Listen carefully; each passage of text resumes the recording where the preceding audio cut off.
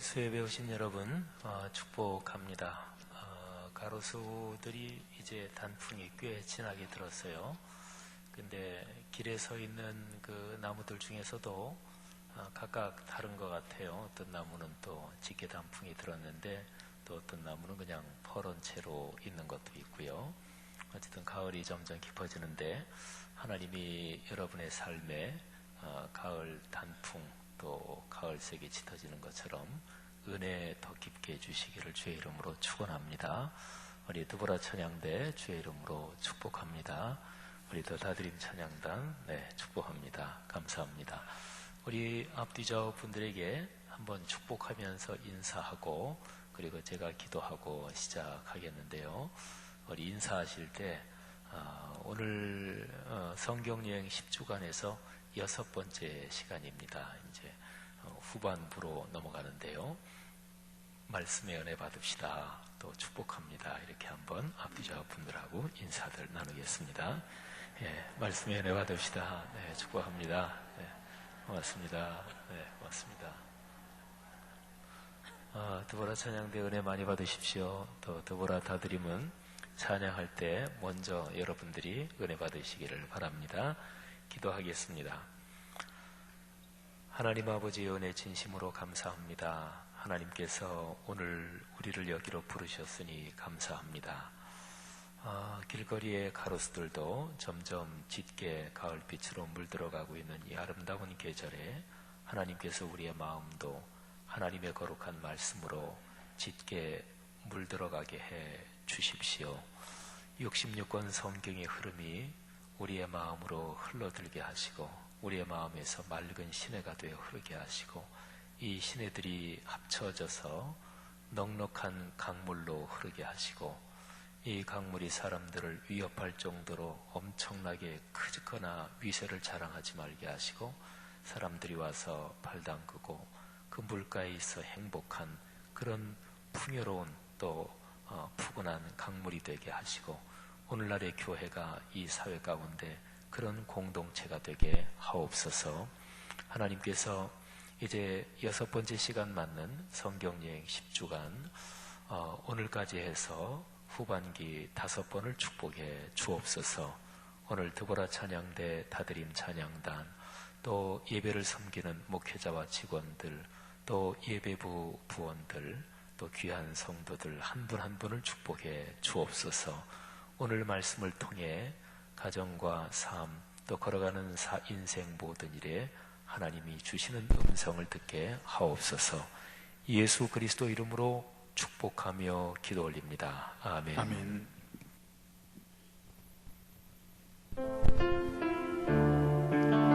우리의 온 마음을 다해서 주님만을 사랑합니다. 그렇게 고백하는 이 시간이 되기를 소원합니다.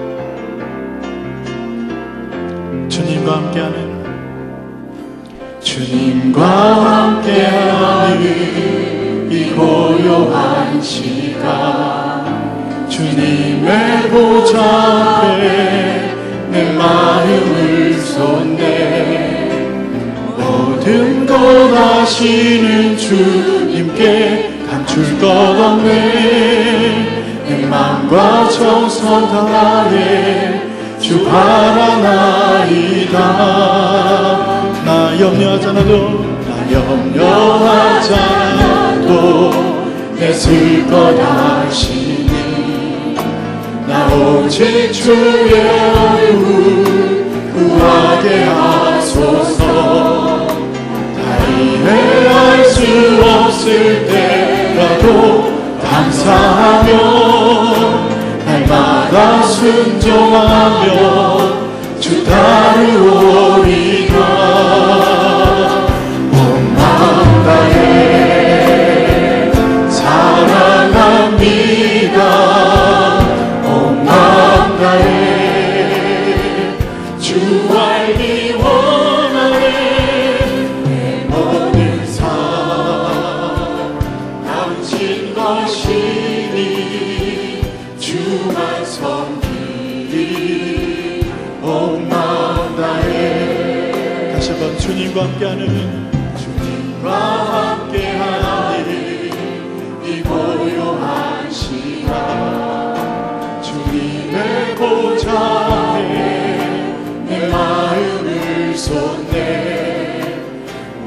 모든 것 아시는 주님께 단줄 것 없네.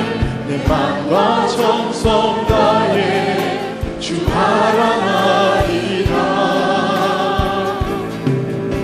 나 염려하지 않아도 애쓸 것 아시니 나 오직 주의 얼굴 구하게 하소서. 다 이해할 수 없을 때라도 감사하며 날마다 순종하며 주 따르오리다. 온 마음 다해 사랑합니다.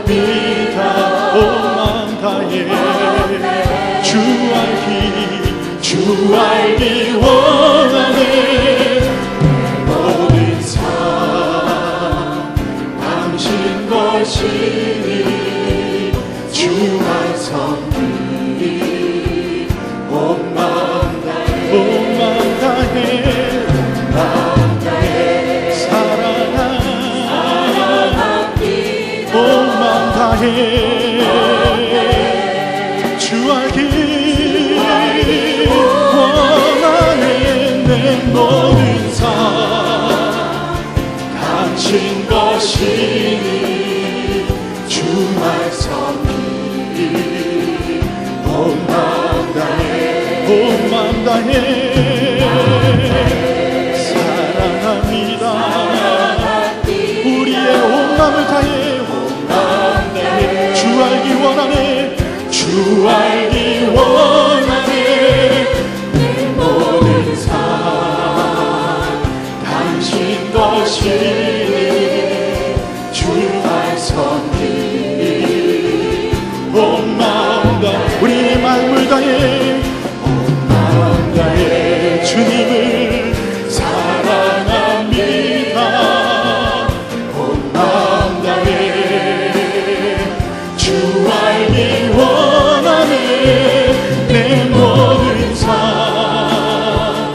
당신 것이니 주만 섬기리. 온 마음 다해 주만 섬기리. 주만 섬기리. 온 마음 다해 주만 섬기리. 주만 섬기리. 온 마음 다해.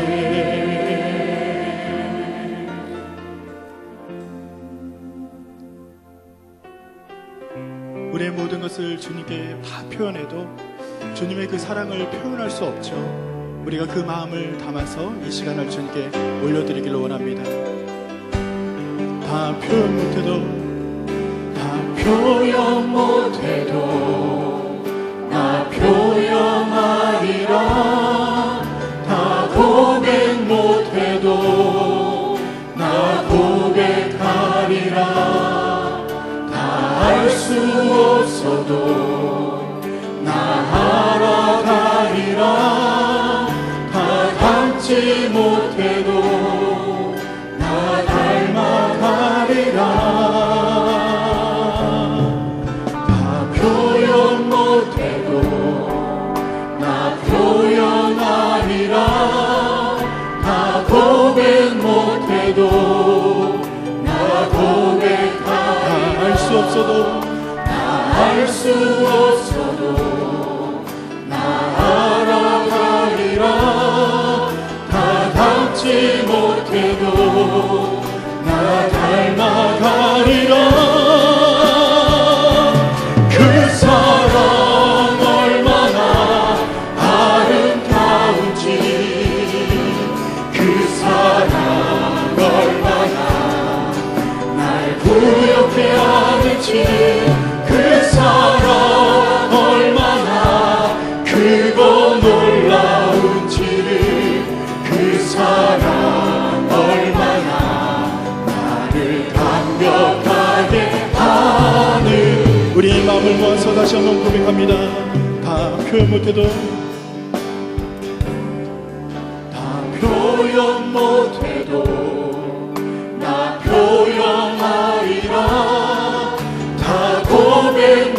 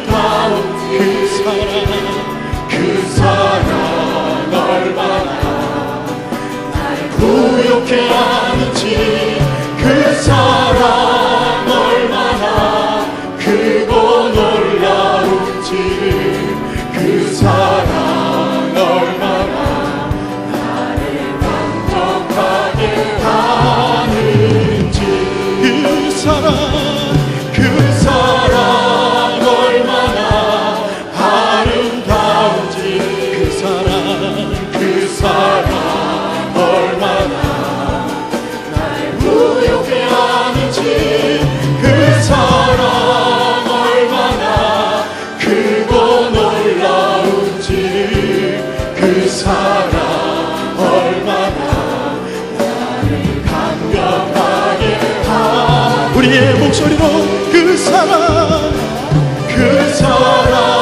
얼마나 아름다운 그 사랑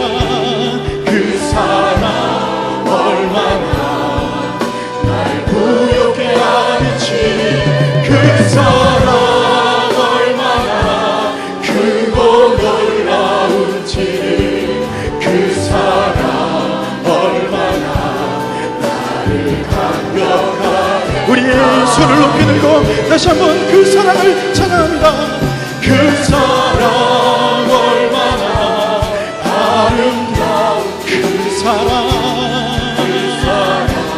얼마나 날 부욕해 하는지 그 사랑 얼마나 크고 놀라운지 그 사랑 얼마나 나를 감격하게 하는지 그 사랑 얼마나 아름다운지 그 사랑 얼마나 날 부욕해 하는지 그 사랑 얼마나 크고 놀라운지 그 사랑 얼마나 나를 감격하게 하는 마지막으로 다시 한번 그 사랑 얼마나 아름다운 주님의 그 사랑 얼마나 날 부욕해 하는지 그 사랑 얼마나 크고 놀라운지 그 사랑 얼마나 나를 감격하게 하는지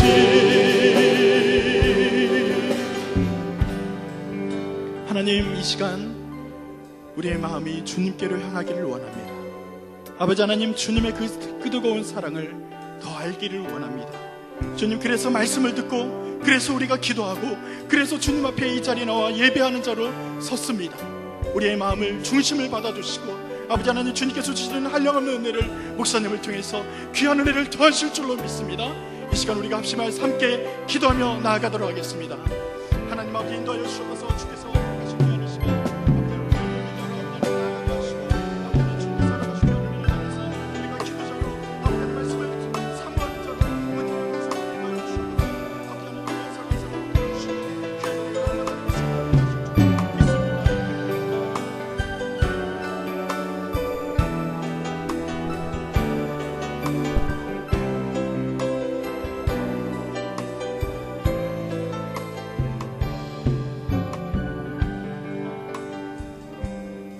많으신 주님 은혜에 감사를 드립니다. 전국이 아름다운 단풍으로 물든 하나님의 작품이 어찌 그리 아름다운지요. 보는 우리들의 마음이 너무 행복합니다. 주님 사랑합니다. 감사합니다. 오늘 수요 예배로 담임 목사님과 함께 성경 10주간에서 절반을 지나 6번째 여행을 떠나려고 합니다. 하나님 아버지께서 특별히 사랑하시사 큰 은혜의 밤 되길 원합니다. 먼저 우리의 마음을 새롭게 무장시켜 주시고 마음이 열리게 하시며 보석과 보화를 발견하는 은혜를 주시옵소서. 주님의 이름을 높이기보다는 우리의 자신을 높였던 교만함을 용서하옵시고 너희는 세상의 빛이라 소금이라 하셨건만 그렇게 살지 못한 연약함을 불쌍히 여겨 주시옵소서. 내일 있을 수능생들과 각종 시험을 보는 자녀들에게 지혜를 주시고 담대한 마음을 주시며 실수하지 않게 하시고 모르는 것까지도 주님이 도와주시고 축복하여 주셔서 큰 열매 맺게 하여 주시옵소서. 다음 주에 추수감사절로 1년을 돌아보게 하시고 작은 일부터 감사할 줄 아는 사람이 되어 진심으로 감사하는 추수감사 주간이 되어 영광 올려 드릴 수 있게 하옵소서. 15일 VRP 초청 예배를 축복하여 주시고 준비하는 손길 위에 축복하여 주시며 한 영혼을 진실함으로 사랑하며 넓고 선한 마음을 갖고 우리가 이웃이 되게 주는 그리스도인이 되게 하시고 아름다운 잔치가 되게 하옵소서. 모든 주님의 사랑을 맛보는 새 가족이 되어서 언제나 우리와 함께 예배드리며 주님을 만나는 역사가 있게 하옵소서. 오늘도 거룩하신 성령님께서 말씀을 들고 서신 담임 목사님을 축복하시고 능력의 말씀과 권능으로 강건케 하옵소서. 하나님 말씀이 우리 가운데 임하시어 우리의 마음이 뜨겁게 하시고 깨닫고 변화시켜 주시고 성령으로 충만한 삶을 살게 하옵소서. 원로 목사님과 부교육자분들을 축복하시고 다드림 찬양단과 두보라 성가대의 찬양을 받아주시고 축복하여 주시옵소서. 이 시간 우리에게 주실 은혜를 사모하며 사랑이 많으신 예수님 이름으로 기도드립니다. 아멘.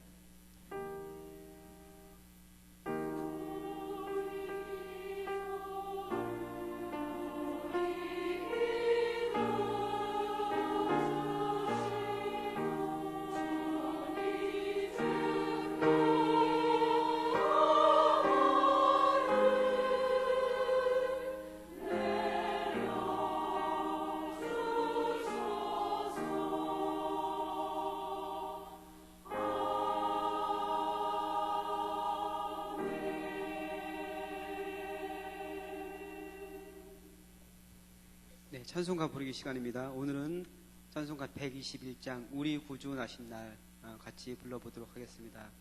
이 곡은 이사야 21장 11절로 12절 말씀, 그 말씀에 보면은 파수꾼이여 밤이 어떻게 되었느냐, 밤이 어떻게 되었느냐 이런 부분이 있는데 그것을 가사로 해서 영국의 존 바울이라는 분이 가사를 써서 작사를 했습니다. 근데 그래서 그 찬송이 불려오다가 우리나라에서 1908년도에 찬송가를 편집해서 내면서 무명의 그 선교사님이 크리스마스 곡으로 이 곡을 개사해서 만든 겁니다. 그래서 이 곡은 그런 배경을 가지고 있고 작곡은 미국 찬송가의 아버지라고 불리는 로엘 메이슨이 작곡을 했습니다. 우리가 잘 알고 우리 어릴 적에 이 찬양을 많이 불렀던 기억이 나는데 틀리기 쉬운 부분이 있어서 한 번만 체크를 하고 같이 불러보도록 할게요. 거기 7마디에 보면은 예수 과연 나셨네 이 부분에서 거기 피아노 한번 쳐주시겠어요? 7마디.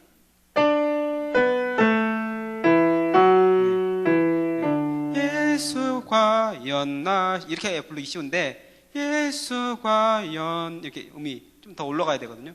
예수 과연 나셨네 이렇게 7마디하고 그 다음에 15마디 부분에서 주의해서 불러주시기 바랍니다. 한번 우리 솔로 선생님들 불러주시고 우리 이어서 부르도록 하겠습니다. 우리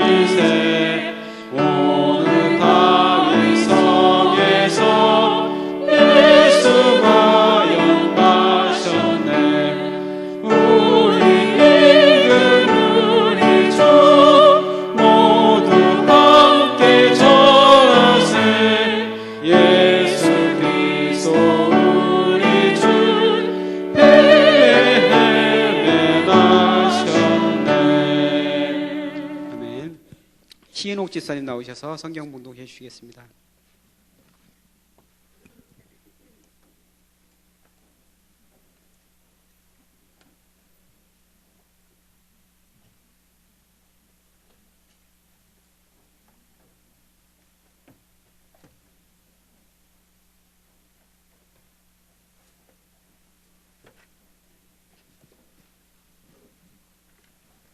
오늘 말씀은 사도행전 1장 1절에서 11절 말씀입니다.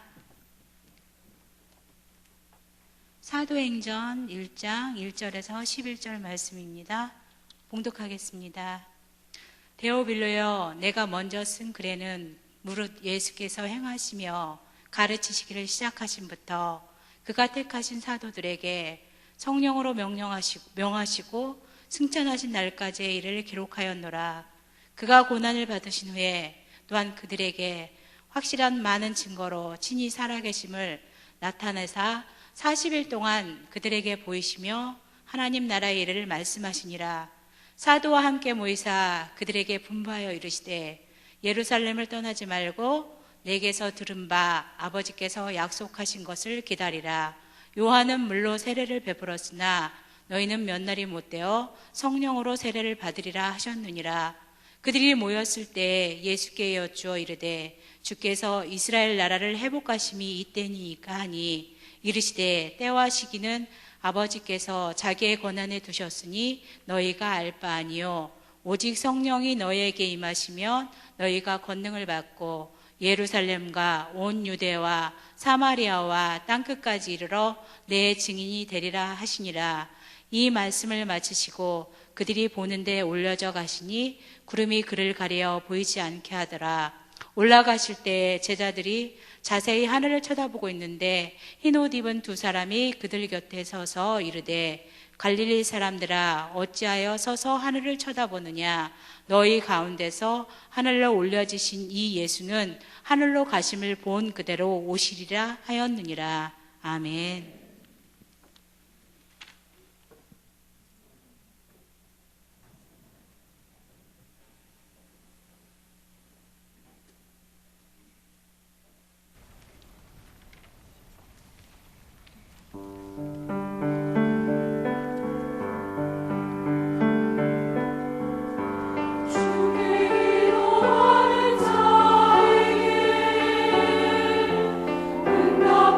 응답하시고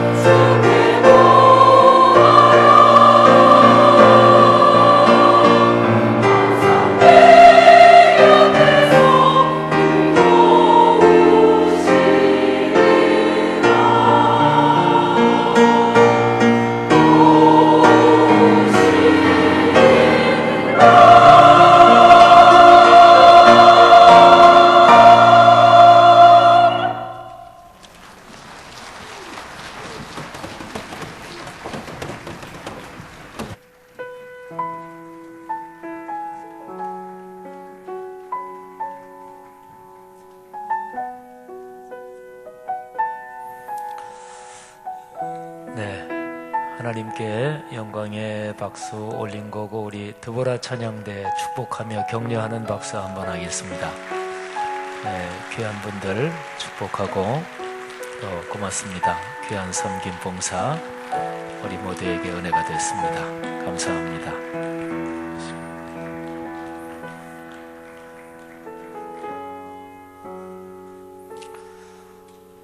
오늘이 성경여행 6번째 시간이고요.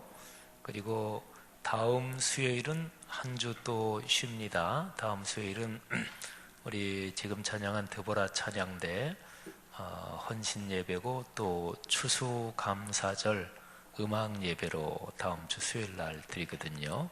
그래서 아주 푸근한 또 아주 행복한 예배가 될 것입니다. 그래서 오늘 여러분들이 받으신 제 6강 숙제는 다음 수요일 말고 그 다음 수요일 25일까지 내시면 됩니다. 여기 숙제가 별거 아닌 것 같은데 성경 찾아도 안 나오는 문제가 꼭 하나 있죠, 그죠? 그거는 이 시간에 들어야 이거는 쓸 수 있는 문제입니다. 근데 제가 참 친절해서 저는 답을 다 가르쳐 드리잖아요, 그죠? 그러니까 오늘 여러분들이 받으신 문제에서도 3번 문제는 성경 봐도 뭐 또 찬찬히 주의 깊게 보면 답을 찾는 분도 계시겠지만 사실은 얼른 봐서는 정확하게는 답을 쓸 수 없는 문제가 3번이에요. 근데 제가 강의하면서 지금 말씀 가르치면서 제가 3번 답도 얘기해 드릴 거예요. 그러니까 3번 답은 오늘 미리 여기서 그냥 쓰시면 돼요. 나중에 그냥 집에 가서 쓰면 되지 그러다간 잊어버리십니다. 오늘 이제 말씀 제목이 숙제 있는 그 종이를 보세요. 우리 오늘 6강 제목을 다 같이 한번 읽어보겠습니다. 지금도 이어지는 사도행전의 흐름과 하나님의 길. 한 번 더 읽어볼까요? 시작. 지금도 이어지는 사도행전의 흐름과 하나님의 길. 사도행전은 28장까지 있죠. 네, 그런데 여러 교회들에서 사도행전 29장 운동 이런 거를 해요. 사도행전은 28장까지를 끝나는데 29장은 없거든요. 근데 29장은 우리가 써간다 뭐 그런 거예요. 전에 잠깐 말씀드렸지만 사도행전에 보면 사도 바울이 로마까지 가서 복음을 전하는 장면으로 끝이 납니다. 그런데 바울이 쓴 다른 편지 로마서에 보면은요, 바울이 이런 얘기를 써요. 로마서는 로마에 있는 그리스도인들한테 바울이 쓴 편지거든요. 근데 사도 바울이 내가 여러분을 만나고 여러분하고 좀 교제도 하고 그 다음에 여러분들이 후원도 좀 해주시고 여러분이 또 기도도 지원해 주시고 그래서 여러분을 만나고서 그 다음에 내가 서바나까지 갈 생각입니다. 이렇게 얘기를 하는 구절이 로마서에 기록이 되어 있어요. 그러니까 사도 바울이 복음을 전하는 뜻은 로마에서 끝나는 게 아니었습니다. 그게 분명합니다. 그러니까 여기가 한가운데 로마라 그러면 여기서 끝나는 게 아니었어요. 예루살렘이 이쪽이고 예루살렘에서 로마. 근데 여기서 끝나는 게 아니었고 바울은 그 당시에 땅끝이라고 생각하던 서바나까지 가려고 했습니다. 서바나는 지금의 스페인입니다. 콜럼버스가 스페인 그 서쪽 끝에 바닷가 항구에서 배 타고 저쪽 망망대해로 갔잖아요. 그러니까 뭐 여기 예수님 당시 그때만이 아니고 1300년대, 1400년대까지도 유럽 그 세계에서는 스페인 그 끄트머리 거기 가면 바다니까 또 그쪽으로 쫙 가가지고 가면은 이제 아메리카 대륙이 나오죠. 근데 역사상 거기까지 간 게 뭐 사람이 없었던 거지요. 뭐 콜럼버스가 보통 처음 갔다 뭐 이렇게 얘기를 하잖아요. 어쨌든 그래서 사도 바울은 로마가 목적지다 그건 아니었어요. 로마 찍고 그리고 서바나까지. 근데 사도행전 28장에서 갑자기 뚝 끊어지거든요. 그래서 어떤 성경학자는 사도 바울이 서바나까지 갔을 거다. 거기에 대해서 쓴 것도 있을 텐데 그게 분실됐다. 이렇게도 얘기하는 사람이 있는데, 근데 성서를 연구하는 학자들은 그거는 별로 설득력이 없는 이론이다. 뭐 이렇게들 얘기를 합니다. 어쨌든요, 중요한 거는 사도행전 29장은 신약시대 이후의 교회가 계속 써가는 거다. 이거는 참 멋진 묵상이에요. 그래서 모든 시대, 모든 교회들은 다 사도행전 29장 이하를 쭉 써가고 있다. 이렇게 볼 수가 있죠. 우리 교회도 마찬가지인 거고요. 그래서 지금도 이어지는 사도행전의 흐름, 사도행전의 흐름은 지금도 이어진다. 그게 이제 그런 얘기예요. 근데 여기를 통해서 흐르는 하나님의 길이 있습니다. 하나님이 걸어가시는 길이 있어요. 자, 그거를 우리가 볼 텐데, 제가 강원도 대관령에서 목회할 때 그 강이나 또 이런 저수지 같은데 그물을 던지는 거를 제가 본 기억이 납니다. 저는 그냥 나기를 서울에서 낳고 서울에서만 계속 자란 사람이고요. 서울 밖에서 산 게 제일 최초가 85년도에 목회하러 저 대관령 쪽에 내려간 게 저는 처음이었습니다.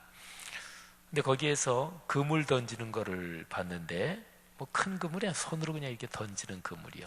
근데 그물을 이렇게 해서 던지면 이 그물이 둥그렇게 쫙 공중에서 펼쳐져서 둥그렇게 돼서 물에 떨어집니다. 그러면 그물 끄트머리에는 나부로 된 추가 달려있지요. 그래서 넓게 둥그렇게 쫙 펼쳐진 채로 물에 착 떨어지면 그럼 무거운 납추가 밑으로 쭉 가라앉지요. 그러면 그 사이에 있는 고기들은 이제 잡히는 거죠. 납추가 밑으로 이렇게 가라앉으면 바닥에 닿겠지요. 그러면 그물을 끌어당깁니다. 그물을 끌어당길 때는 줄 하나만 끌어당기면 돼요. 둥그러면 가운데 줄이 달려있어서 그것만 끌어당기면 되죠. 그러면 이 납추가 이렇게 모이면서 그 안에 있는 고기들이 잡히는 거죠. 말하자면 이 그물의 이 줄처럼 성경 66권 전체에는 제일 핵심이 되고 중심이 되는 이 그물의 줄과 같은 그런 구절들이 있습니다. 그거를 길목이 되는 구절이다. 그렇게 얘기할 수가 있습니다. 우리 님이 5번 성경 창세기부터 계시록까지 커다란 길을, 큰 길을 이렇게 오면서 그 길목이 되는 구절들을 이미 여러 번 봤습니다. 그 중에서 우리가 아마도 제일 자주 반복했던 길목이 되는 구절이 창세기 12장 1절부터 4절입니다. 하나님이 천지를 창조하시고 나서 역사가 쭉 흘러내려오면서 이게 쭉 해가지고 마치 햇빛에 돋보기를 이렇게 하면 햇빛에서 한 점을, 돋보기를 통과해서 한 점에 초점이 맞춰지잖아요. 거기가 뜨거워지죠. 그래서 종이 같은 것도 타고 그러죠. 그런 것처럼 창조, 여기에서 계속 초점 한 군데로 모입니다. 그게 바로 아브라함이에요. 그래서 아브라함을 하나님이 부르셔서 당신의 구원 사역을 쭉 이어가시는데, 자, 아주 저명한 길목이 되는 구절 한 번 더 읽겠습니다. 창세기 12장 1절부터 4절 다 같이 펴시죠.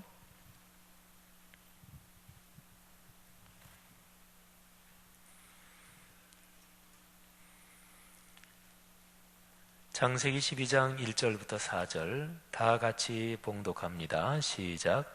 여호와께서 아브라함에게 이르시되 너는 너의 고향과 친척과 아버지의 집을 떠나 내가 네게 보여줄 땅으로 가라. 내가 너로 큰 민족을 이루고 네게 복을 주어 내 이름을 창대하게 하리니 너는 복이 될지라. 너를 축복하는 자에게는 내가 복을 내리고 너를 저주하는 자에게는 내가 저주하리니 땅의 모든 족속이 너로 말미암아 복을 얻을 것이라 하신지라. 이 아브라함이 여호와의 말씀을 따라갔고 롯도 그와 함께 갔으며 아브라함이 하란을 떠날 때에 75세였더라. 아멘. 자, 여기서 아주 중요한 말씀이요. 3절을 한번 보시겠어요? 3절 뒷부분에 보면 땅의 모든 족속이 너로 말미암아 복을 얻을 것이라. 자, 세계 모든 민족이 아브라함 하나 때문에 복을 얻는데요. 근데 이제 창세기를 쭉 읽어보면 하나님께서 아브라함한테 내 씨로 말미암아 땅의 모든 족속이 복을 얻는다. 근데 내 씨는 복수가 아니고 단수예요. 그러니까 내 수많은 후손들을 통해서 그게 아니고 씨는 후손을 말하는데 내 후손 하나를 통해서 세계 모든 민족이 복을 받는다. 근데 그 씨 하나, 그는 예수 그리스도를 가리키는 거예요. 그래서 우리는 이 창세기 12장 길목이 되는 이 유명한 말씀에서 그냥 크게 건너뛰어서 마태복음으로 넘어갑니다. 마태복음 1장, 신약성경 제일 처음 책이죠. 다 펴시지요. 마태복음 1장 1절부터 17절까지는 아브라함부터 예수님에까지 이르는 족보가 나옵니다. 다 해서 세 덩어리로 나와요. 14대, 14대, 14대, 14대. 그러면은 사람 이름이 42명 그렇게 되는데 중간에 두 사람이 이게 겹칩니다. 그러니까 세 덩어리에서 그 사이 연결되는데 겹쳐요. 그래서 사람 이름은 40명이 나와요. 근데 이 40명 모든 족보에 나오는 사람을 1장 1절에 보면 딱 세 사람으로 요약합니다. 자, 마태복음 1장 1절 다 같이 읽습니다. 아브라함과 다윗의 자손 예수 그리스도의 계보라. 아멘. 계보, 세계 또는 족보 이런 뜻이죠. 아주 간단하게 중요한 세 사람으로 요약하잖아요. 아브라함, 다윗, 예수님 이렇게 되죠. 그러니까 처음하고 끝에 하면 아브라함 그리고 예수님 이렇게 된단 말이에요. 그러니까요, 창세기 12장 하나님이 아브라함을 부르실 때 하나님의 목적은 그거였어요. 세계 모든 민족이 복을 받게 한다. 복 중에서 가장 커다란 복은 구원을 받는 거죠. 또 구원받고 구원받은 그 축복이 삶의 모든 면으로 전부 다 풍요로워지는 것입니다. 요한복음 그 10장 10절 말씀으로 말을 한다면 내가 온 것은 양으로 생명을 얻게 하고 더 풍성히 얻게 하려는 것이다. 양은 사람을 말하지요. 예수님은 두 가지 목적 때문에 오셨어요. 첫째는 사람이 구원을 받는 것, 두 번째는 구원을 더 풍성히 얻게 한다. 이거는 뭐냐면 구원받은 자답게 구원의 축복을 넉넉하게 누리며 나누며 베풀며 살게 한다. 이런 거예요.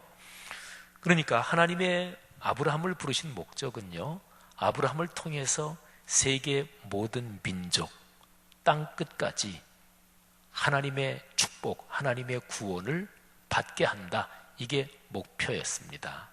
그래서 아브라함 부르시고 그 다음에 예수님에까지 이어지는 거예요. 그리고 예수님 그분을 통해서 이제 땅 끝까지 구원의 복이 전파됩니다. 자, 마태복음 1장 1절에서 오늘 아까 우리 신옥 집사님 읽어주신 사도행전 1장으로 바로 넘어가겠습니다. 사도행전 1장 다 펴시죠. 사도행전 1장 8절 저 유명한 말씀, 이 정도는 다 외시지요. 자, 다 암송하겠습니다. 저는 여러분 안 쳐다볼 테니까. 자, 사도행전 1장 8절 시작. 오직 성령이 너희에게 임하시면 너희가 권능을 받고 예루살렘과 온 유대와 사마리아와 땅 끝까지 이르러 내 증인이 되리라 하시니라. 아멘. 안 쳐다본다고 그러고 왜 쳐다봤냐고요? 쳐다봐도 제가 시력이 별로 안 좋아서 모릅니다. 어떤 분이 암송하셨는지 립싱크를 하셨는지 전혀 모릅니다. 순진하게 이렇게 부끄러워하는 사람은 혹시 제가 눈치챘을지도 모르겠습니다. 어쨌든 사도행전 1장 8절 여기서 중요한 표현이 있습니다. 땅 끝까지 이르러, 이게 중요합니다. 이게 창세기 12장 3절하고 연결되는 거예요. 창세기 12장 3절 하나님이 아브라함을 통해서 또 아브라함의 씨 자손 예수님을 통해서 세계 모든 민족이 복, 구원을 받고 생명을 얻게 한다, 그건데 바로 그 일 때문에 세상에 오신 예수님이 33년 동안 사역하시고 십자가에 달려 돌아가시고 부활하신 뒤에 하늘로 승천하시는데, 승천하실 때 주신 명령이 창세기 12장 3절을 얘기하시는 거예요. 땅 끝까지 가서 내 증인이 될 것이다 하는 것이죠. 여러분, 여기 사도행전 1장 1절부터 11절, 이게 사도행전 전체에서 아주 중요한데요. 여기에서 우선 시간 얘기를 잠깐만 하고 이제 사도행전, 오늘은 1장부터 6장까지 흐름을 볼 건데요. 여기 이제 예수님이 승천하시니까 사람들이 다 쳐다보고 있었어요. 그랬더니 흰옷 입은 두 사람, 이거는 천사인데요. 이 천사가 다음과 같이 얘기합니다. 11절이에요. 자, 11절 다 같이 읽습니다. 이르되 갈릴리 사람들아, 어찌하여 서서 하늘을 쳐다보느냐? 너희 가운데서 하늘로 올려지신 이 예수는 하늘로 가심을 본 그대로 오시리라 하였느니라. 아멘. 여러분 보세요. 하늘로 올려지신 예수님이 올려가심을 본 그대로 다시 오신다. 그러니까 하늘로 올려지셨다, 승천이 있죠. 그러니까 승천하신 예수님. 근데 그분이 본 그대로 다시 오신다. 말하자면 재림하신다는 거죠. 그러니까 승천 그리고 재림, 요 사이 시간이 있죠. 그죠?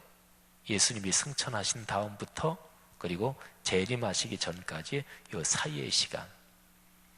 기독교적인 역사 이해로 예수님의 승천 이후 인류 역사는 승천과 재림 사이에서 흐르고 있는 거죠.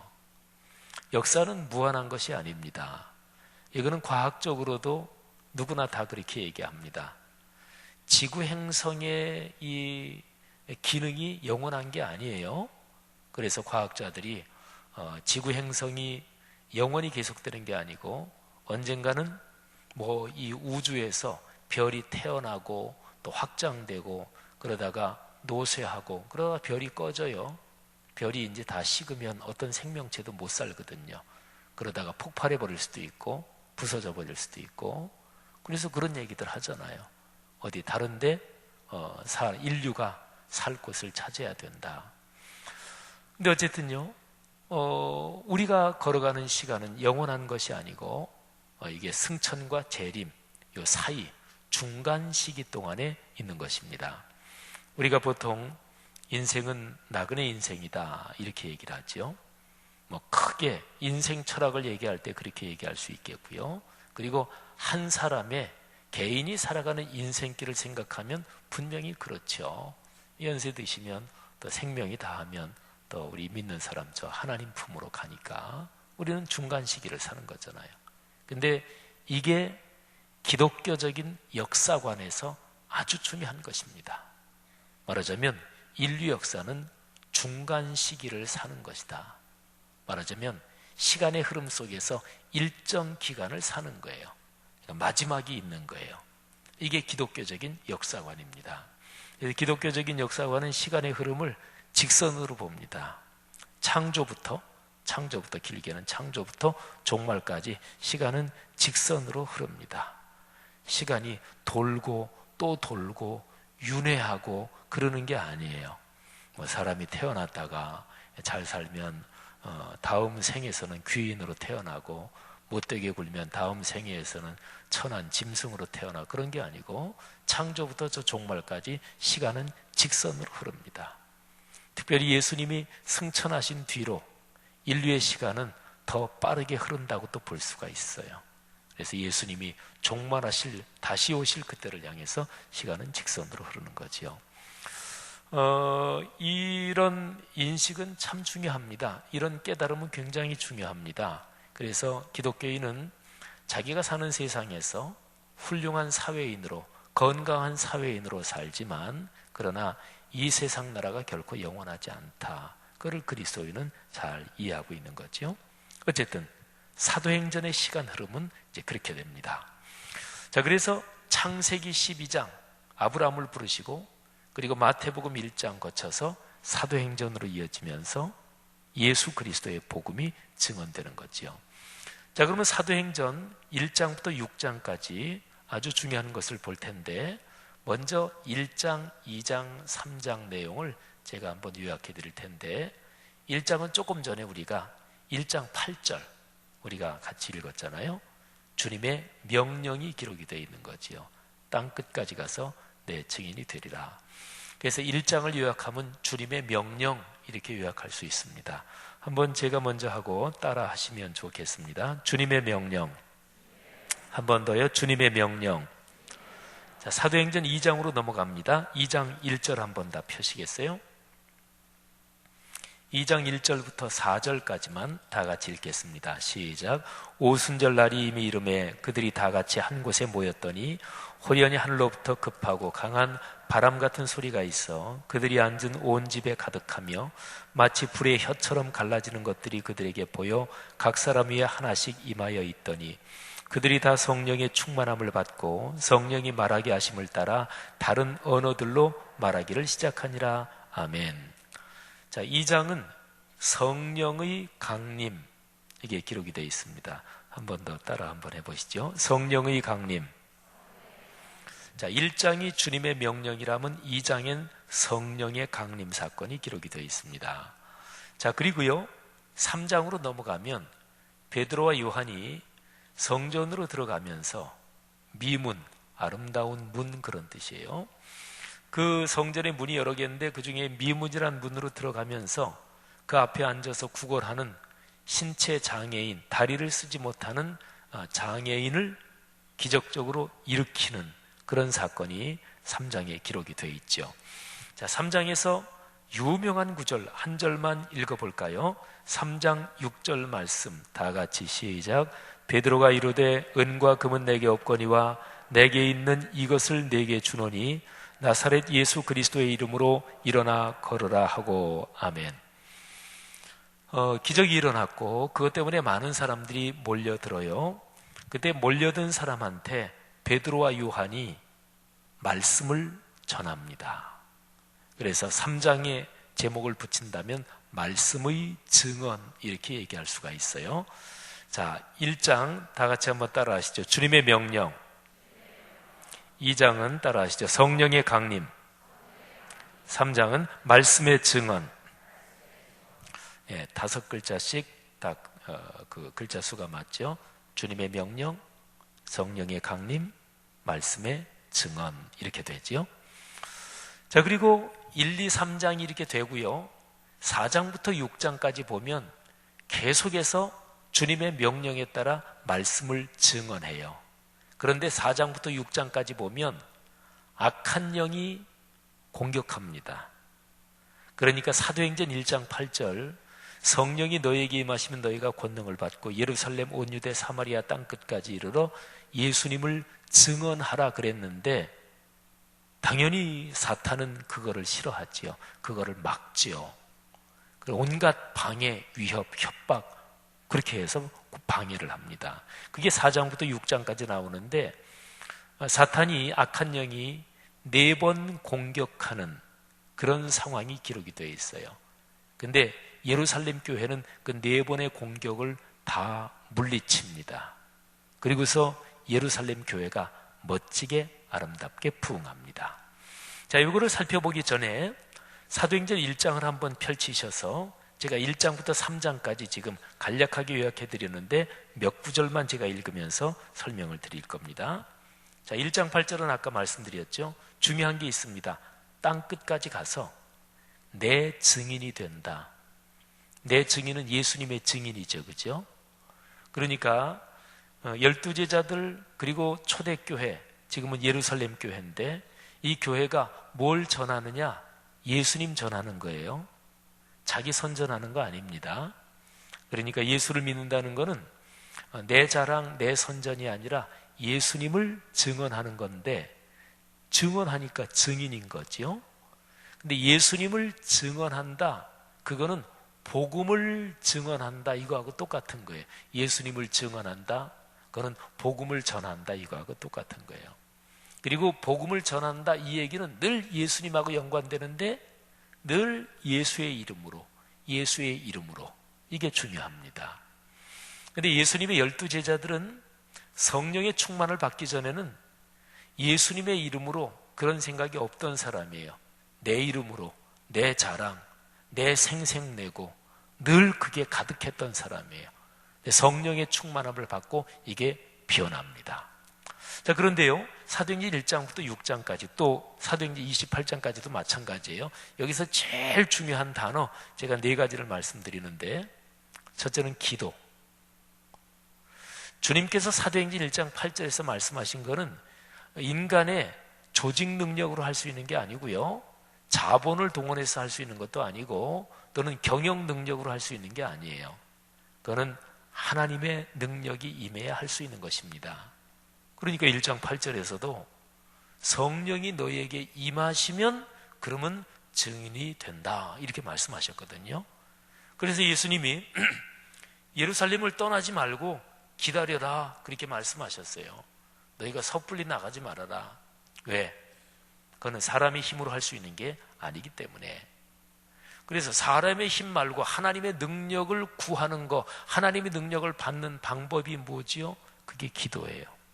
그래서 사도행전을 읽을 때는 언제나 기도가 참 중요합니다. 사도행전은 기도의 행전이라고도 얘기할 수 있어요.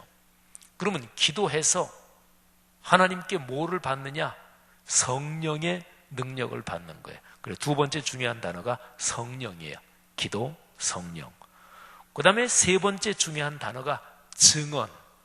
이건 아까 제가 3장을 말씀의 증언 그랬잖아요. 성령이 오시면 일어나는 제일 중요한 현상이 뭐냐? 말씀이 증언되는 거예요. 말씀이 작동되는 거예요. 사도행전 전체를 보면 이 말씀을 증언한다, 여기에서 2가지 표현이 나와요. 첫째는 말씀을 가르친다, 두 번째는 말씀을 전한다, 전파한다. 말씀을 가르친다는 것은 이미 교회 안에 들어와 있는 사람한테 말씀 사역하는 것을 그 말씀을 가르친다 그래요. 교회 안에 아직 안 들어온 사람들, 아직 예수를 안 믿는 사람들한테 말씀 사역하는 것을 가리켜서 말씀을 전한다 그래요. 그러니까 내부 사람한테는 가르친다, 아직 예수 안 믿는 사람한테는 전한다, 가르친다, 전한다. 이거 합쳐가지고 말씀을 증언한다 또는 말씀 사역이다 이래요. 자, 제일 중요한 건 첫째 기도, 두 번째 성령, 그 다음에 말씀의 증언, 그 다음에 네 번째 중요한 단어가 어디까지 가야 돼요? 땅끝까지. 이게 사도행전을 꿰뚫고 있는 아주 중요한 것입니다.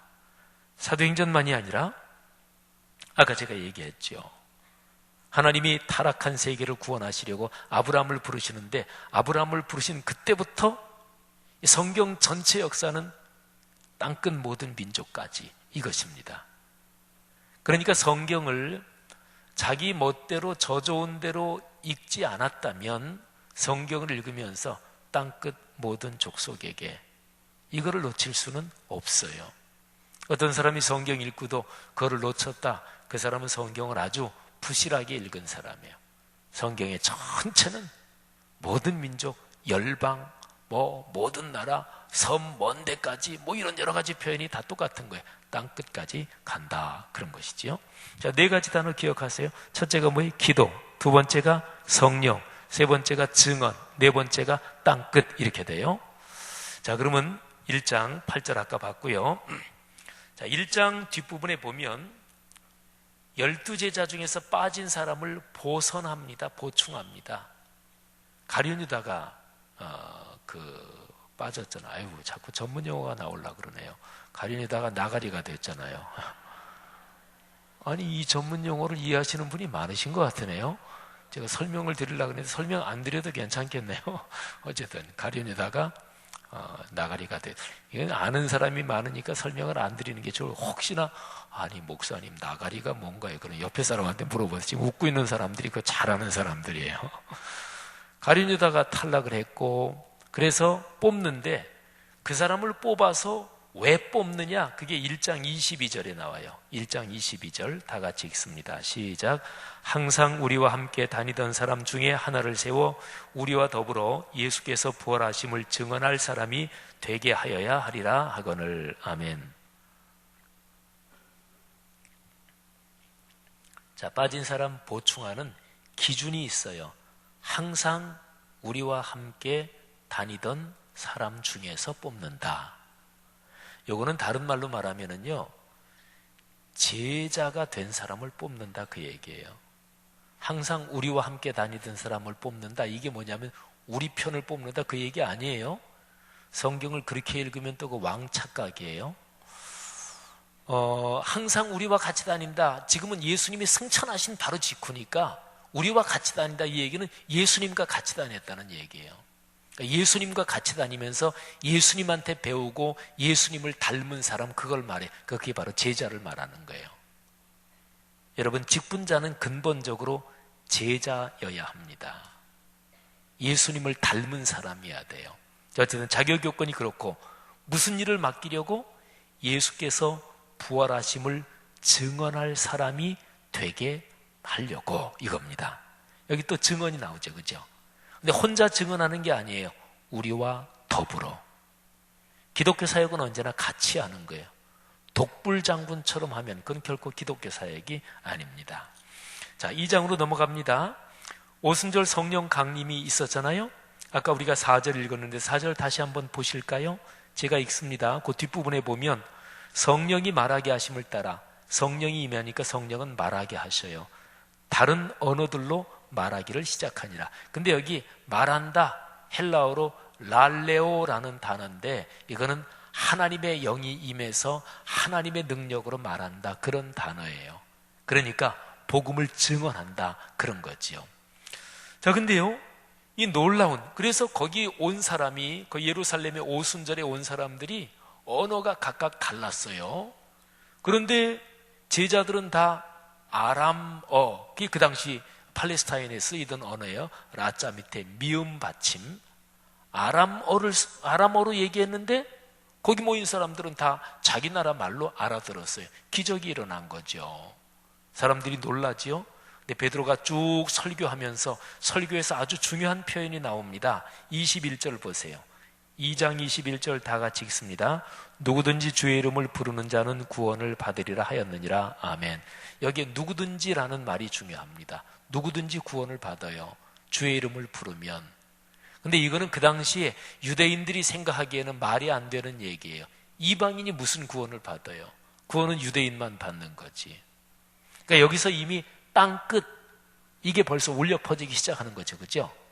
유대인이나 이방인이나 상관없다. 주의 이름을 부르는 자는 다 구원을 받는다. 그리고 22절 말씀, 22절. 그 제일 뒤에 보면 그를 증언하셨느니라, 이런 말이 나오죠. 근데 여기서 22절은 독특한데요. 하나님께서 나사렛 예수로 큰 권능과 기적과 표적을 너희 가운데서 베푸사 너희 앞에서 그를 증언하셨느니라. 그러니까 예수님이 하나님이 보내신 메시아다, 이거를 가장 원초적으로 증언하신 분이 누구냐? 하나님이 증언하셨다는 거예요. 하나님이. 제자들 초대교회 예루살렘 교회는 하나님이 증언하시니까 그거 따라서 가는 거예요. 여러분, 이거 참 멋진 거잖아요. 그죠? 우리가 복음을 전하고 말씀을 증거하고 하는 거는 하나님이 증언하신 그 길을 따라가는 거예요. 영광스러운 길이지요. 자, 2장 32절 한번 보세요. 다 같이 읽습니다. 시작. 이 예수를 하나님이 살리신지라 우리가 다 이 일의 증인이로다. 아멘. 또 증인이 나오지요. 그 다음에 38절 말씀, 아주 중요한 말씀이에요. 다 같이 시작. 베드로가 이르되 너희가 회개하여 각각 예수 그리스도의 이름으로 세례를 받고 죄사함을 받으라. 그리하면 성령의 선물을 받으리니. 아멘. 여기서 중요한 거, 예수 그리스도의 이름으로. 사도행전을 읽어보면 계속해서 이름으로, 누구의 이름으로? 예수 그리스도의 이름으로. 자, 그리고 39절에 중요한 표현이 나오는데요. 제가 읽습니다. 이 약속은 너희와 너희 자녀와, 여기서 너희와 너희 자녀는 지금 모인 사람들이 다 거의 다가 유대인들이에요. 이방인들도 좀 있었지만, 그러니까 유대인들. 그런데 그 뒤에 나오는 표현, 모든 먼데 사람, 요거는 이방인들을 포함하고 이방인들을 강하게 생각하고 한 말이에요. 모든 먼데 사람이니까. 곧 주 우리 하나님이 얼마든지 부르시는 자들에게 하신 것이라. 하나님이 예수 그리스도의 십자가를 통해서 누구를 부르시는가? 유대인만이 아니라 모든 먼데 사람, 하나님은 얼마든지 부르신다. 누구든지 예수 그리스도의 이름을 부르면 그 사람은 구원을 받는다, 그런 거지요. 자, 그리고 3장으로 넘어가요. 아까 제가 말씀드렸죠. 미문에 있는 다리를 쓰지 못하는 신체 장애인을 베드로와 요한이 일으켜요. 그런데 베드로와 요한은 12제자 중에서 제일 많이 싸웠던 사람이에요. 뭐 때문에? 내가 선임이야, 내가 앞이요, 내가 더 나아, 내가 더 큰 사람이야. 이것 때문에 예수님의 제자들이 많이 싸웠는데 그 중에서 제일 많이 싸운 대표적인 인물 몇 명을 뽑는다면 베드로, 야고보, 요한, 뭐 또 아마 가룟유다도 그 중에 하나 들어갔을 가능성이 많고 이랬습니다. 그러니까 베드로와 요한은 자기 주장이 무지무지하게 강한 사람이었어요. 근데 베드로와 요한이 성전 미문에 있는 안전뱅이를 일으키면서 자기들 이름은 전혀 내지 않습니다. 자, 6절 말씀 다 같이 읽습니다. 아까도 읽었지만 한 번 더 시작. 베드로가 이르되 은과 금은 내게 없거니와 내게 있는 이것을 내게 주노니 나사렛 예수 그리스도의 이름으로 일어나 걸으라 하고 아멘. 그러니까 베드로와 요한이 성령을 받기 전에 어떤 사람이었는가 이걸 알면 3장 6절이 감동적일 수밖에 없어요. 자기들 이름은 전혀 드러내지 않고, 그리고 사람들이 전부 다 놀라서 모이잖아요. 그런데 베드로, 요한이 모여서 사람들이 자기들을 주목하고 있는 것을 은근히 즐기거나 그러지 않습니다. 진지하게 이렇게 얘기합니다. 12절에 보면 왜 놀랍게 여기느냐? 우리 개인의 권능과 경건으로 이 사람을 걷게 한 것처럼 왜 우리를 주목하느냐? 그러면서 사람들이 자기들을 쳐다보는 그 시선을 자기들에게서 바꿔요. 16절 보세요. 그 이름을 믿음으로 그 이름이 너희가 보고 아는 이 사람을 성하게 하였나니 예수로 말미암아 난 믿음이 너희 모든 사람 앞에서 이같이 완전히 낫게 하였느니라. 아멘. 계속해서 예수의 이름을 강조하잖아요. 그죠? 이게 바로 복음을 증언한다, 그런 거예요. 자, 그리고 베드로가 쭉 설교하는데요, 아주 중요한 내용이 3장 24, 25, 26절에 있습니다. 자, 한번 보십시오. 제가 24절을 읽을게요. 베드로가 설교 이제 마지막 부분이에요. 사무엘 때부터 이어서 쭉 이어지는 모든 선지자도 이때를 가리켜 말하였느니라. 이게 뭐냐면 예수 그리스도가 오실 때라는 얘기예요. 그 다음에 25절, 너희는 선지자들의 자손이요 또 하나님이 너희 조상과 더불어 세우신 언약의 자손이라. 그냥 구약성경 전체를 말하는 거예요. 구약성경 전체 그 언약, 그게 유대인 이스라엘 백성에게 주어졌으니까 이스라엘은 언약의 자손이지요. 근데 그 뒤에 중요한 말이 나와요. 아브라함에게 이르시기를. 아브라함은 이스라엘 사람으로는 시조예요, 조상이에요. 아브라함부터 이스라엘 민족이 시작된 거니까. 근데 그러니까 이스라엘 백성이 아브라함 그 얘기를 딱 듣기만 하면 우리 이스라엘 민족의 조상 이렇게 되는 거예요. 최초의 조상. 그러니까 아브라함 하면 굉장한 권위를 가진 거죠. 근데 베드로가 설교하면서 아브라함에게 이르시기를, 하나님이 말씀하시기를 땅 위의 모든 족속이 너의 씨로 말미암아 복을 받으리라. 여기 창세기 12장 몇 절 얘기하고 있는 거예요? 3절 얘기하고 있는 거예요. 하나님이 아브라함한테 땅 위의 모든 족속이 너의 씨로 말미암아 복을 받게 하셨다. 이 너의 씨가 바로 예수 그리스도예요. 자, 26절 다 같이 읽습니다. 하나님이 그 종을 세워 복 주시려고 너희에게 먼저 보내사 너희로 하여금 돌이켜 각각 그 악함을 버리게 하셨느니라. 아멘. 여기서 그 종을 세워 복 주시려고, 요거는 아브라함을 의미할 수도 있고 예수님을 의미할 수도 있고. 자, 이제 보세요. 4장 1절부터 사탄이 공격해요. 4장 1절 제가 봅니다. 사도들이 백성에게 말할 때 제사장들과 성전 맡은 자와 사두개인들이 이르러 2절 예수 안에 죽은 자의 부활이 있다고 백성을 뭐하고 모함을 싫어했어요? 가르치고 전함을 싫어했어요. 예수의 부활, 죽은 자의 부활이 모든 말씀의 핵심이잖아요. 그러니까 말씀을 가르치는 거 싫어했고 전하는 거 싫어했어요. 가르치는 거는 이미 믿는 사람, 전하는 건 아직 안 믿는 사람한테 말씀을 건네는 거를 말하지요. 그러니까 당국자들이 싫어한 게 아주 명백하죠. 말씀을 가르치고 전하는 거, 증언하는 거를 싫어한 거예요. 그래서 체포했습니다. 잡아 가뒀어요. 그리고 이튿날 공회가 모였습니다. 공회가 쫙 모였는데 이제 묻죠. 누구 이름으로 이런 일을 했느냐? 그랬더니 베드로가 아주 담대하게 십자가에 못 박혔다가 다시 부활하신 예수 그리스도 나사렛 예수, 이 이름을 담대하게 증거합니다. 그랬더니 13절에 보세요. 13절 그들이 베드로와 요한이 담대하게 말함을 보고 놀란 거예요. 아니 저 쉬운 얘기로 저 촌놈들 무식한 놈들이 감히 공회 앞에서 그러면서 놀라면서 그런데 병 나은 사람들이 그 미문에 있는 다리를 쓰지 못하는 신체 장애자가 거기 멀쩡하게 치료된 채로 거기 있었거든요. 그러니까 어떻게 할 수 없지요. 그래서 17절, 18절 두 절 다 같이 읽습니다. 시작. 이것이 민간에 더 퍼지지 못하게 그들을 위협하여 이후에는 이 이름으로 아무에게도 말하지 말게 하자 하고 그들을 불러 경고하여 도무지 예수의 이름으로 말하지도 말고 가르치지도 말라 하니. 아멘. 명백하죠. 예수의 이름으로, 이 이름으로 뭐 하지 말라고요? 말하지 말라, 가르치지 말라, 증언하지 말라 그런 거죠. 그들이 뭐를 막으려고 했나요? 뭐를 차단하려고 했나요? 그건 아주 명백합니다. 복음의 말씀, 예수 그리스도의 십자가와 부활 사건, 예수의 이름으로 말하고, 그러니까 가르치고 전하는 거, 그거를 차단한다. 이게 명확한 목표였어요.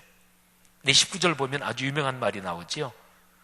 하나님 앞에서 너희 사람들 말 듣는 것이 옳으냐, 하나님 말씀 듣는 것이 옳으냐, 너희가 알 거 아니냐. 20절, 우리는 보고 들은 것을 뭐하지 않을 수 없다고요? 말하지 않을 수 없다. 여기도 아까 얘기한 랄레오 동사인데 증언하지 않을 수 없다. 21절, 다시 협박해서 놓아줍니다. 자, 보세요. 23절부터 31절에 보면 노임을 받은 이 두 사도가 뭐라고 얘기하냐면 돌아가죠. 교회 공동체에 돌아가서 같이 뭐 하냐면 열심히 기도합니다. 간절하게 기도합니다. 자, 29절 말씀 보세요. 29절, 30절, 31절 세 절을 다 같이 읽습니다. 시작. 주여 이제도 그들의 위협함을 굽어 보시옵고 또 종들로 하여금 담대히 하나님의 말씀을 전하게 하여 주시오며 손을 내밀어 병을 낫게 하시옵고 표적과 기사가 거룩한 종 예수의 이름으로 이루어지게 하옵소서 하더라. 빌기를 다함에 모인 곳이 진동하더니 무리가 사 성령이 충만하여 담대히 하나님의 말씀을 전하니라. 아멘. 자, 기도했더니 성령의 충만을 받았죠. 그죠? 그리고 나서 뭐 했어요? 말씀을 전했다. 말씀을 증언했다. 그런 것입니다. 그러니까 중요한 것은 사탄이 말씀의 증언을 가로막으려고 하는데 그런데 초대교회는 기도로 성령의 능력을 받아서 말씀을 증언했습니다. 그 다음에 중요한 것이 여기에 기도한 거에서 손을 내밀어 병이 낫게 하옵소서 이런 기도가 있거든요. 근데 병이 낫는다. 이거는 뭐냐면 삶이 변화된다는 거하고 똑같은 얘기예요.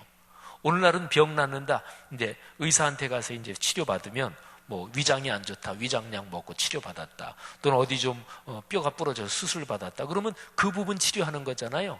근데 예수님 시대에 예수님 시대 가도 갈 것도 없어요. 서양 역사를 말하고 우리 동양도 마찬가지. 옛날로 갈수록 사람 신체를 치료하는 것은 신체 치료만이 아닙니다. 그 사람의 정신과 영혼을 통합적으로 치료하는 거예요. 그래서 성경에서 치료받았다 이런 얘기가 나오면 언제나 전인적인 치료를 생각하면 돼요. 다른 말로 삶이 변한다. 이거를 뜻하는 거예요.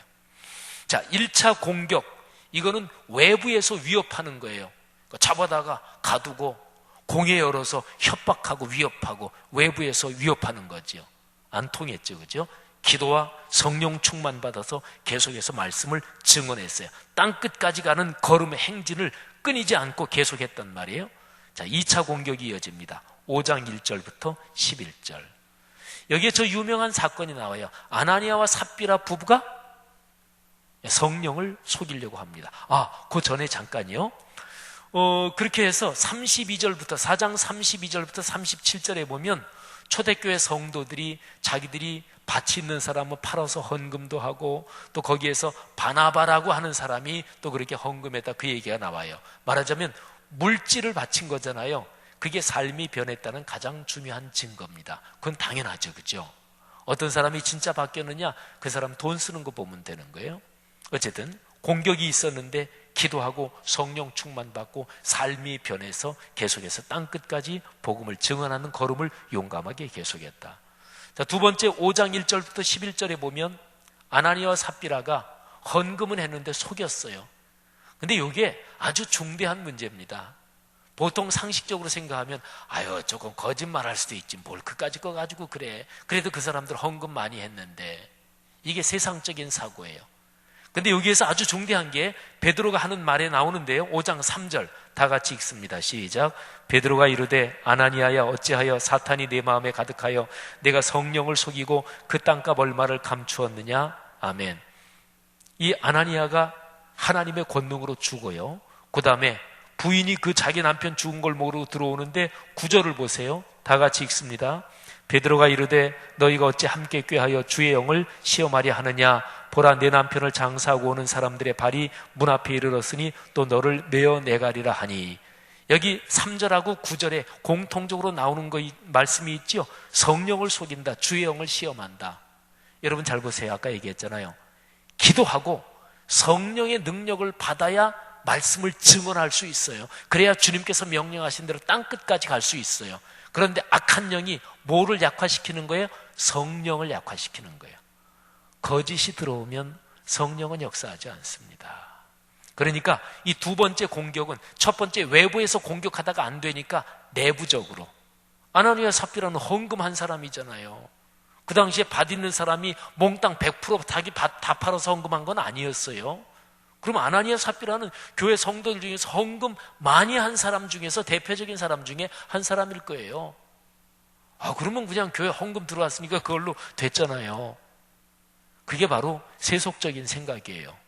교회는 돈보다 더 중요한 게 얼마든지 있습니다. 제일 중요한 게 기도, 특별히 초대교회에서 성령의 역사가 이게 사그라들면 하나님의 사명이 뭐고 다 끝이다. 그러니까 사탄이 참 교묘하잖아요. 그죠?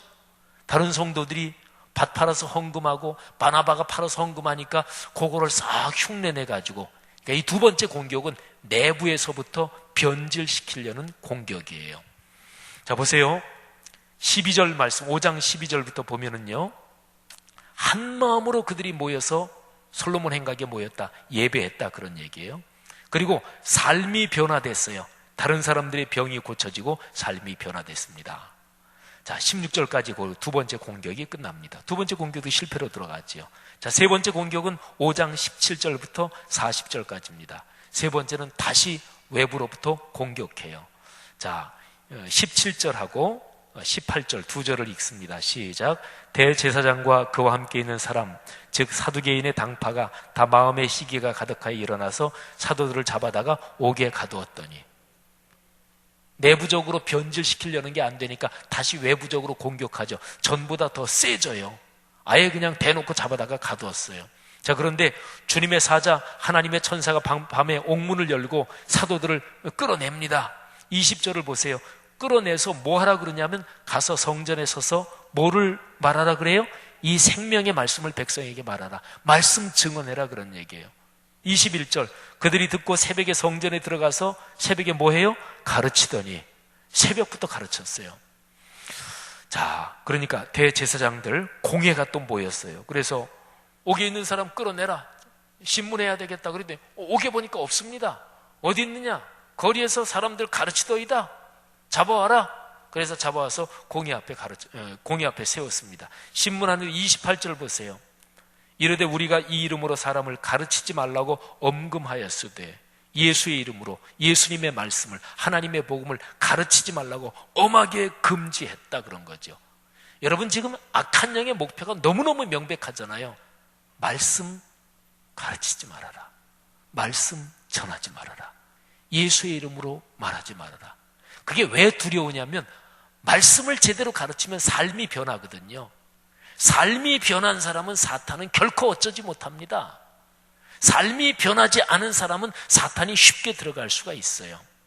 그래서 엄하게 막 협박을 하니까 32절 우리는 이 일의 증인이요 하나님이 자기에게 순종하는 사람들에게 주신 성령도 그러하니라 하더라. 아멘.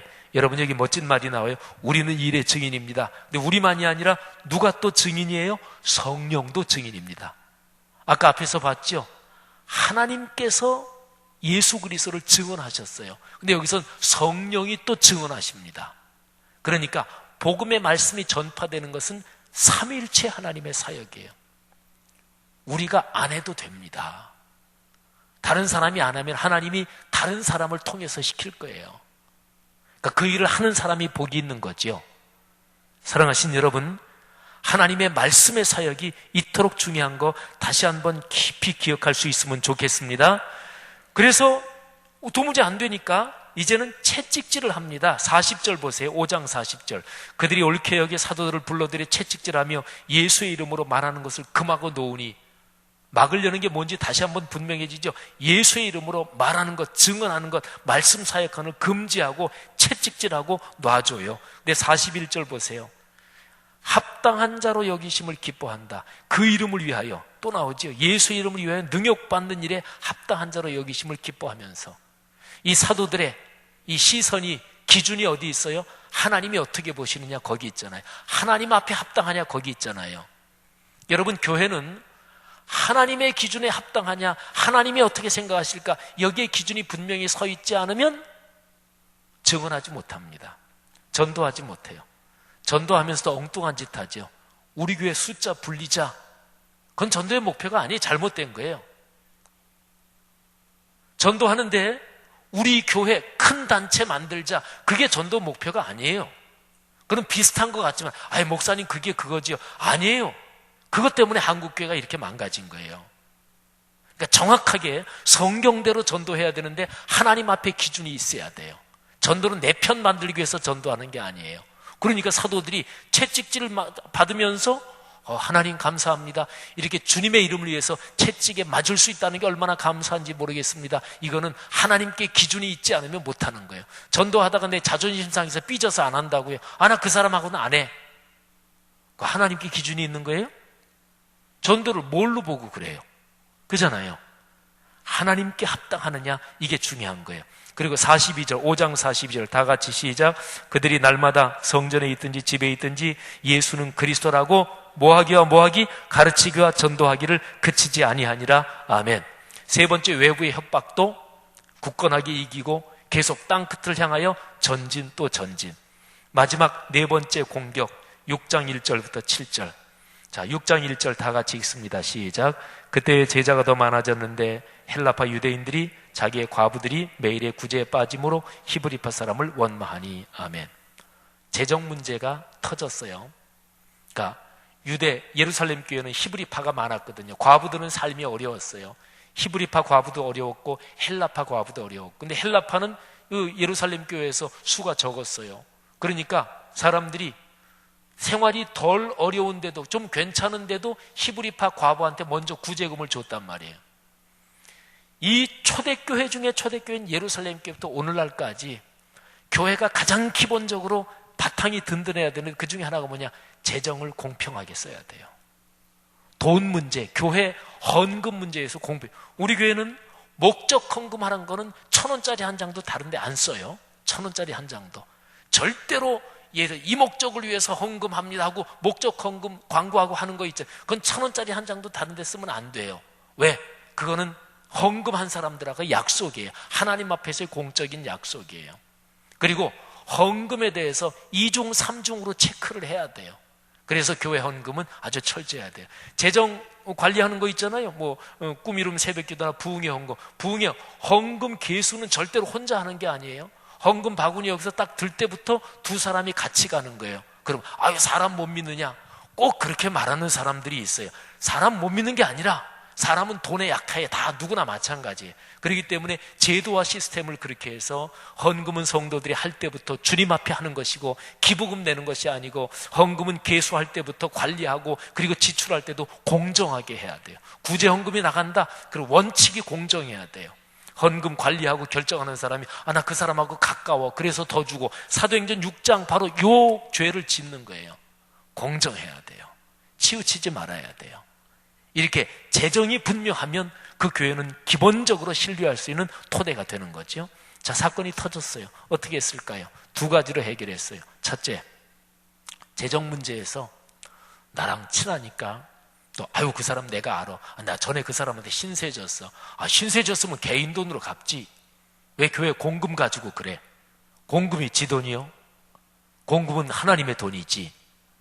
그러니까 그런 사람 말고 성령이 충만하고 사람에게 칭찬받는, 말하자면 신앙적 기준이 분명해서 공적인 재정을 절대로 어떻게 개인적으로 어떻게 해도 안 하는 참으로 그런 사람을 7명의 집사님을 뽑은 거예요. 근데 7명 중에서도 한 명은 또 엇나가요. 그 사람이 니골라예요.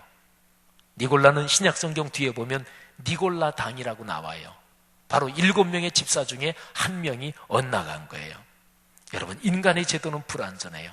근데 어쨌든 그래서 7명의 집사님 뽑았잖아요. 근데 더 중요한 게 있습니다. 사도들이 이렇게 재정 문제가 터지고 이걸 가만히 살펴보다 보니까 사도들이 아차, 이거를 우리가 언제부터인가 모르게 놓쳤구나. 그게 뭐냐면 말씀 사역. 그게 교회가 커지고 신자가 많아지고 재정 규모가 커지고 교회 건물도 커지고, 물론 예루살렘 교회 때는 교회 건물은 없었어요. 근데 요즘식으로 말하면 그렇다는 거죠. 그러면서 언제부터인가 모르게 말씀 사역이 느슨해지기 시작했는데 그걸 사도들도 깜빡 놓친 거예요. 자, 6장을 한번 보세요. 2절 말씀 다 같이 읽습니다. 12사도가 모든 제자를 불러 이르되 우리가 하나님의 말씀을 제쳐놓고 접대를 일삼는 것이 마땅하지 아니하니.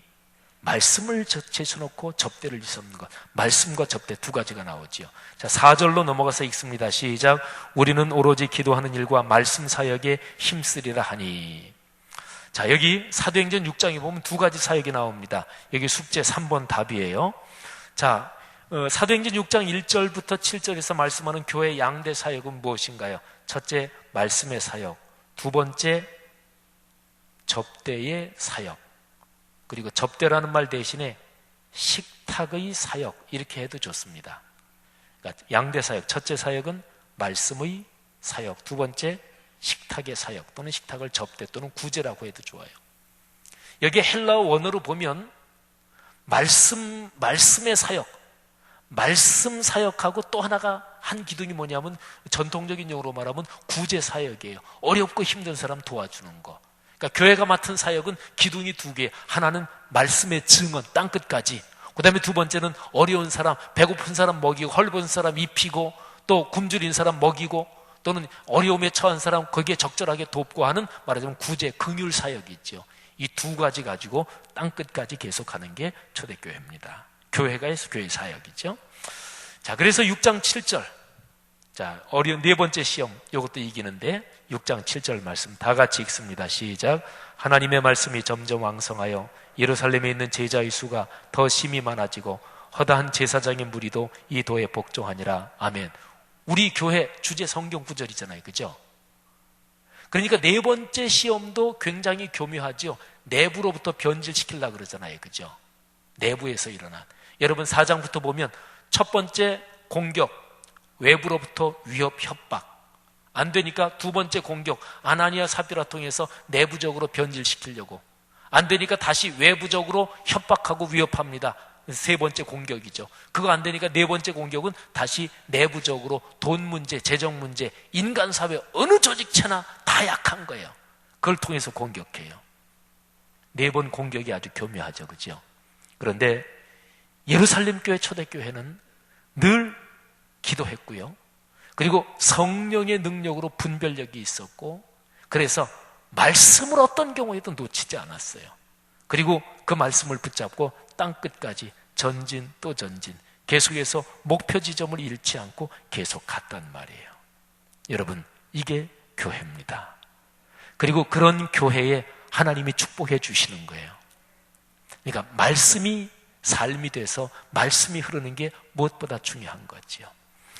자, 지금까지 배운 거 우리 도표로 한번 보도록 하시겠습니다. 우리 도표 한번 띄워주세요.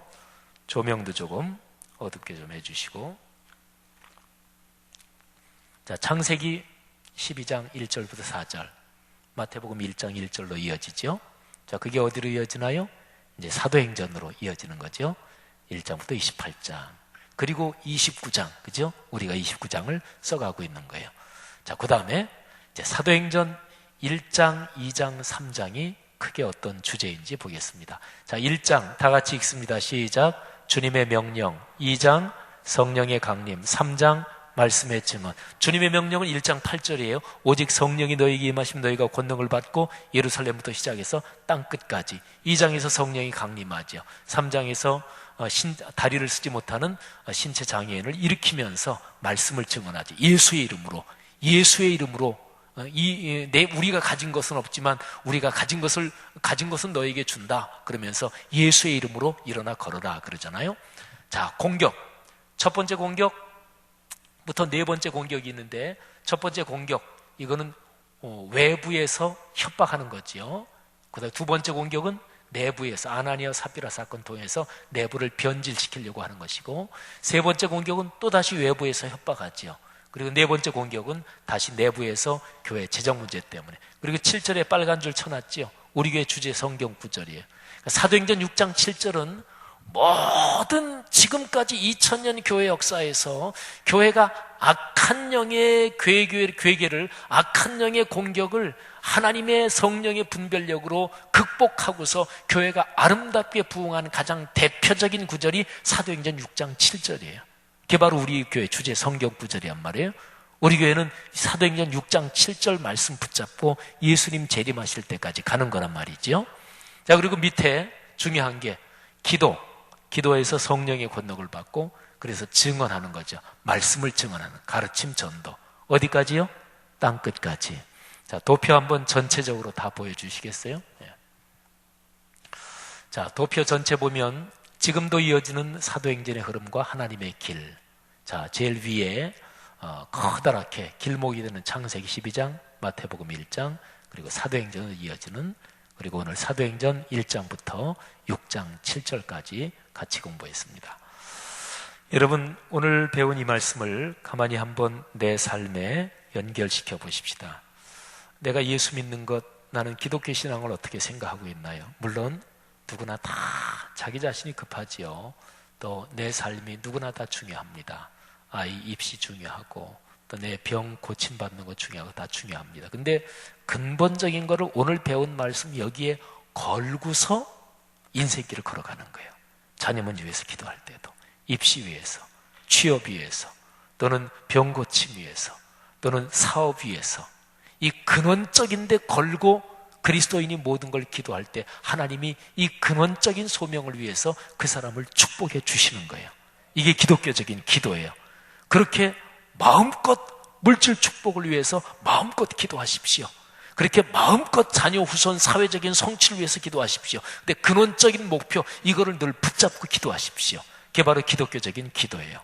여러분의 삶에 하나님이 그런 축복 주시기를 주님의 이름으로 축원합니다. 기도하겠습니다.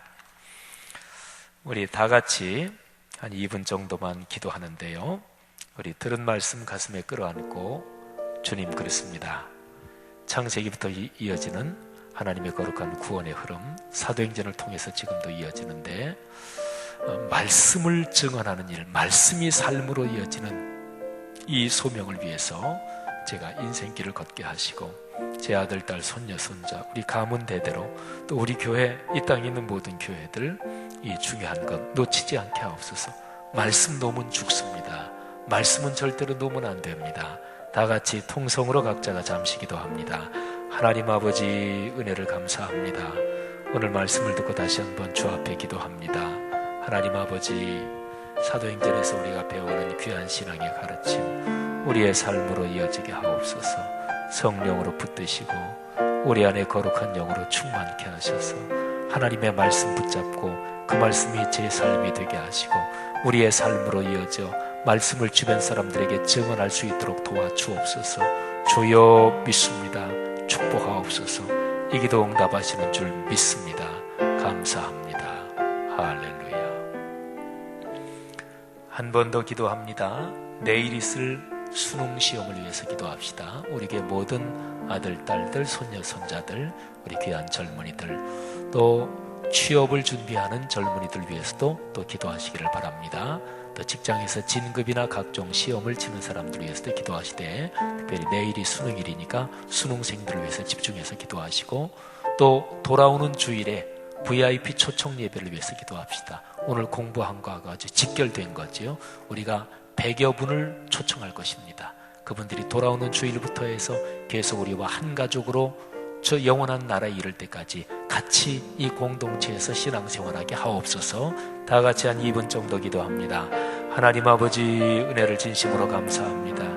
내일 수능 시험입니다. 수능 시험을 치는 학생들 한 사람 한 사람 주의 거룩한 은총으로 축복해 주시고 절대로 당황하거나 초조하지 않도록 도와주시고 차분한 마음으로 그리고 최선을 다해 그리고 용기를 가지고 시험에 임하게 도와주시고 좋은 점수 얻게 하시고 원하는 대학에 원만하게 합격하게 하시고 대학 학창시절 이후 걸어가는 인생의 길을 축복해 주옵소서.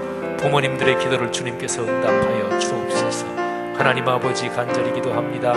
하나님께서 우리 취업생들을 축복하시며 또 직장에서의 진급과 각종 시험 준비하는 사람들을 축복해 주옵소서. 아버지 하나님 간절히 기도합니다. 돌아오는 주일에 VIP 초청 예배를 축복해 주옵소서. 100여 분의 영혼들이 꼭 주님 만나게 하시고 우리와 더불어 신앙 공동체에서 인생길 걸어가게 주님이여 축복하여 주옵소서. 아버지께서 수고하고 애쓰는 교구의 모든 지도자분들 축복해 주옵소서. 성령으로 그들의 마음문을 열어 주옵소서. 말씀이 증언되게 주님이여 축복하여 주옵소서. 감사합니다. 할렐루야. 하나님 아버지 들은 말씀 감사합니다. 우리가 올린 기도 응답된 줄 믿습니다. 귀한 성도들 평생 아니 가문 대대로 예수님 재림하실 때까지 이 근본적인 주님의 길 위에서 걸어가게 하옵소서. 물질적으로 축복해 주옵소서. 가게, 공장, 사업, 비즈니스를 축복해 주시고 직장에서 꼭 필요한 인물 되게 하시고 아들, 딸, 손녀, 손자 걸어가는 삶들 사회적으로 성취하게 하옵소서. 수능 좋은 시험 얻어 좋은 성적 얻어 원하는 대학에 원만하게 들어가게 하시고 취업의 문이 열리게 하시고 각종 진급이나 승진의 문도 열리게 도와주시고 병든 자 건강하게 붙드시며 가정 가문이 번창하게 하옵소서. 자녀들의 결혼 문제도 하나님이 응답해 주옵소서. 또 자녀 출산도 축복해 주옵소서. 이 모든 일이 하나님의 위대한 길 그 한가운데서 걸어가며 응답받게 하옵소서. 감사합니다. 돌아가는 걸음 축복해 주옵소서. 돌아오는 주일 추수감사주일 큰 감사로 주님께 영광 돌리게 하옵소서. 예수 그리스도의 은혜와 하늘아버지의 사랑하심과 늘 함께 하시는 성령의 동행, 축복, 인도하심이 하늘 백성 머리 위에 주 예수 그리스도 재림하실 때까지 아니 영원토록 같이 계시기를 축원하옵나이다. 아멘. 아멘.